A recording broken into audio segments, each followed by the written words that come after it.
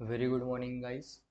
तो आज हम लोग अल्गोरिदम और फ्लो चार्ट किस तरीके से बनाते हैं वो हम लोग यहाँ पे आज क्या करने वाले देखने वाले हैं, ठीक है।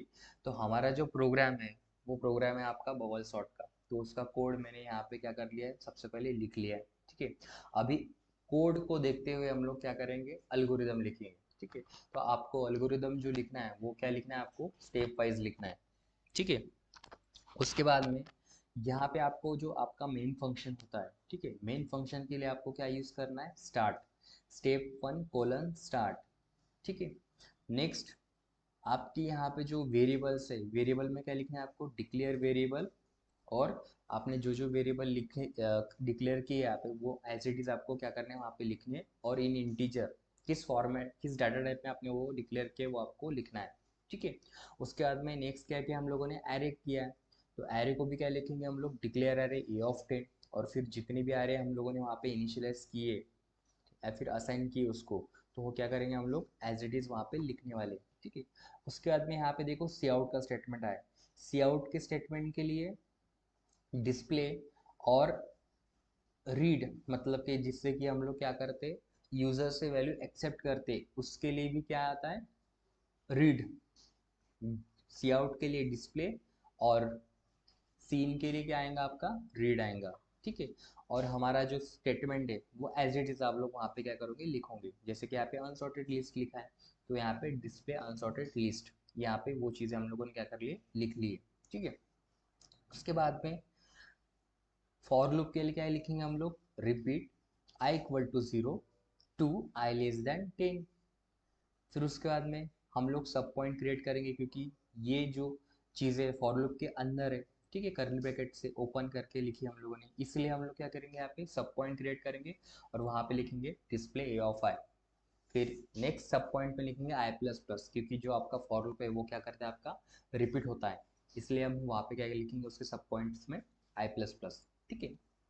इतना आपको समझ में आ गया होगा, ठीक है। अभी हम लोग फ्लो चार्ट के लिए बॉक्स देख लेते हैं, ठीक है। सबसे पहला बॉक्स आता है आपका रेक्टेंगुलर, जो आपका स्टार्ट और एंड के लिए हम लोग यूज़ करते हैं, ठीक है। उसके बाद में आपका रेक्टेंगुलर बॉक्स, वो आपका रेक्टेंगुलर बॉक्स डिक्लेयर के लिए आता है, ठीक है, कोई प्रोसेसिंग करने के लिए आता है, ठीक है। वो हम लोग आगे में देखते हैं कि प्रोसेसिंग क्या होता है करके। डिक्लेयर में तो आप रेक्टेंगुलर यूज़ करने वाले हो, ठीक है। उसके बाद में प्रोसेसिंग में यूज़ करने वाले हो, ठीक है। उसके बाद में इंक्रीमेंट ऑब्लिक डिक्रीमेंट में भी आप वही चीज़ यूज़ करने वाले हो, रेक्टेंगुलर, ठीक है। उसके बाद में आपका जो डिस्प्ले है और जो रीड है स्टेटमेंट, उसके लिए आप लोग रेक्टेंगुलर पैरेललोग्राम, सॉरी पैरेललोग्राम आप यूज़ करने वाले हो, ठीक है। उसके बाद में आपके जो रिपीट स्टेटमेंट है, चेक स्टेटमेंट है, while loop, do while loop जो स्टेटमेंट है उसके लिए आप लोग डायमंड बॉक्स यूज करने वाले हो, ठीक है। क्लियर। नेक्स्ट बढ़ते हैं हम लोग। अब देखो यहाँ पे स्टेप 6 में यहाँ पे आपको कुछ दिख रहा होगा, ठीक है। यहाँ पे मैंने क्या किया है, सब पॉइंट्स क्रिएट किए। जैसे कि स्टेप 6 में क्या आया आपका, फर्स्ट फॉर लूप आया। उसके सब पॉइंट्स में फिर सब पॉइंट्स के अंदर क्या आया आपका, इनर फॉर लूप आया। फिर उसके भी अंदर क्या है, कंडीशन है, इफ कंडीशन, तो फिर उसका भी क्या किया मैंने, सब पॉइंट्स क्रिएट किया ए। फिर उसके अंदर भी क्या है हमारे कुछ प्रोसेसिंग, आपके ये जो टेम्प दिख रहा है आपको, temp A of I, A of I = A of J, आपके क्या है, प्रोसेसिंग स्टेटमेंट है, ठीक है। तो ये चीज़ें हम लोगों ने क्या इसके सब पॉइंट्स में यहाँ पे लिख दी है, ठीक है, रोमन I, रोमन 2, रोमन 3 में, ठीक है। उसके बाद में यहाँ पे क्या किया, चेक के बाद में बी आएगा, क्यों, क्योंकि हमारा जो फॉर लूप है वो फॉर लूप का क्या करना पड़ेगा हमको, इंक्रीमेंट क्लोज करना पड़ेगा, ठीक है। तो वो हम लोग यहाँ पे लिख देंगे B J++, ठीक है। नेक्स्ट हमारा जो आउटर फॉर लूप है, ठीक है, उसका भी लिखना पड़ेगा हम लोगों को। फिर उसके सब पॉइंट्स में हम लोग क्या करेंगे, इसको राइट करेंगे पास प्लस प्लस, और फिर C से I++, ठीक है। ये या आप लोग इसको इस तरीके से लिखने वाले हो, ठीक है, एल्गोरिदम में। उसके बाद में देखो यहाँ पे स्टेप 7 में आपका क्या आएगा, डिस्प्ले सॉर्टेड एलिमेंट लिस्ट। फिर नेक्स्ट स्टेप में for loop as it is same ही लिखना है आपको, ठीक है।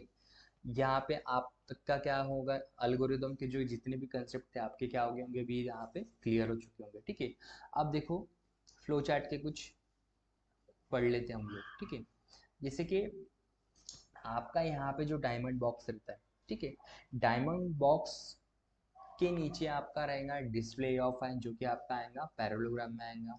ठीक है, फिर उसके बाद में आई प्लस प्लस आएगा आपका रेक्टेंगल में आएगा। ठीक है, तो आपका जो रेक्टेंगल का जो आई प्लस प्लस है वो क्या करने वाला है, कनेक्ट करने वाला है किसको, आपके रिपीट, आपके डायमंड बॉक्स को। ठीक है, आपका जो कनेक्शन रहेगा वो इसको कनेक्ट होना चाहिए आई प्लस प्लस का। ठीक है, फिर रिपीट का जो कनेक्शन है वो आपका जाएगा नीचे, और फिर किसके पास में मर्ज हो जाएगा, रिपीट, आपका स्टेप 6 केस में। ठीक है, उसी तरीके से देखो यहाँ पे भी कुछ इस तरीके की चीज़ें होने वाली है, जैसे कि आपका जो चेक रहने वाला है वो रहने वाला है डायमंड बॉक्स के अंदर।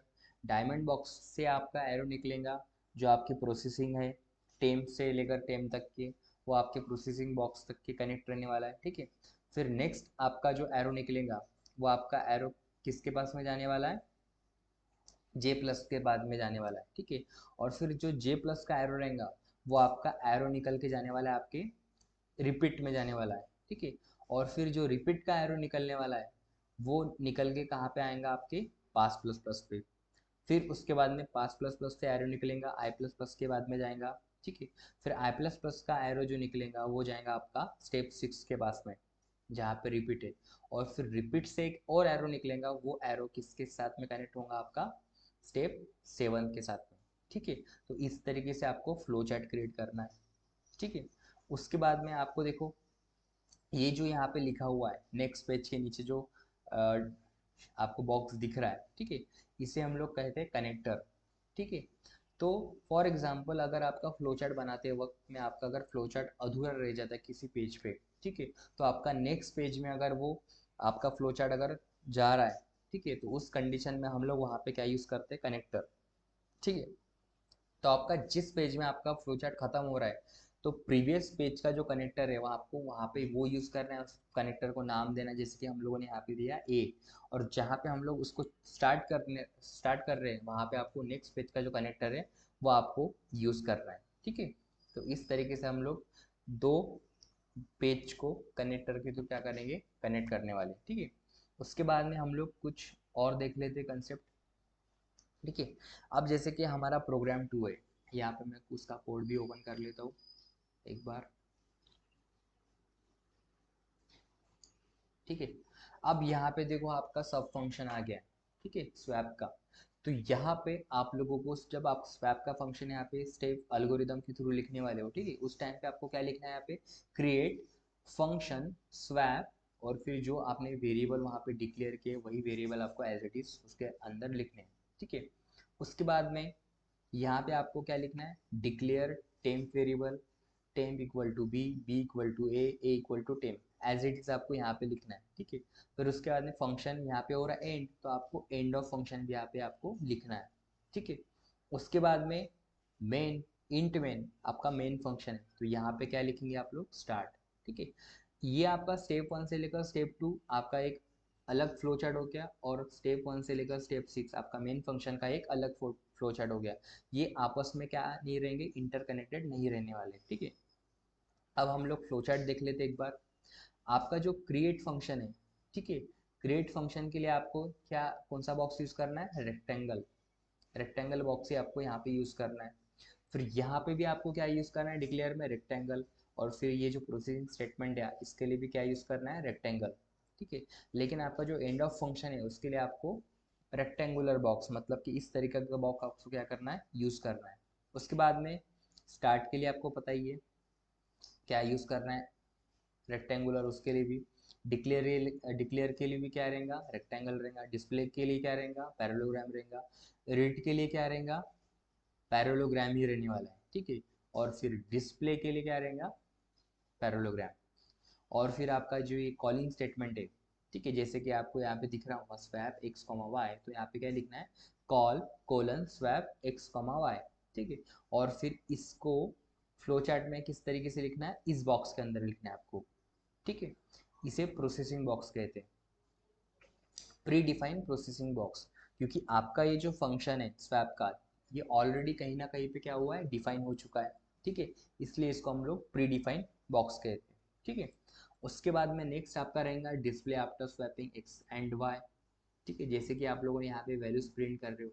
ठीक है, ये एक्स एंड वाई क्या है, एक्चुअली वैल्यू है ये, जहाँ पे हम लोग स्टेटमेंट में हम लोग क्या कर रहे हैं, उस वैल्यू को प्रिंट कर रहे हैं। ठीक है, तो वो आपको यहाँ पे लिखना है। फिर उसके बाद में स्टॉप। रिटर्न जीरो आपने नहीं भी लिखा तो भी चलता है। ठीक है, रिटर्न जीरो की एल्गोरिदम भी कोई ज़रूरत नहीं है और ना ही आपके कोड में है। ठीक है, तो होप आपको अल्गोरिदम और फ्लो चार्ट आपको समझ में आ गया। ठीक है, आप लोग इस तरीके से अभी क्या करो, अल्गोरिदम और फ्लो चार्ट बना लो।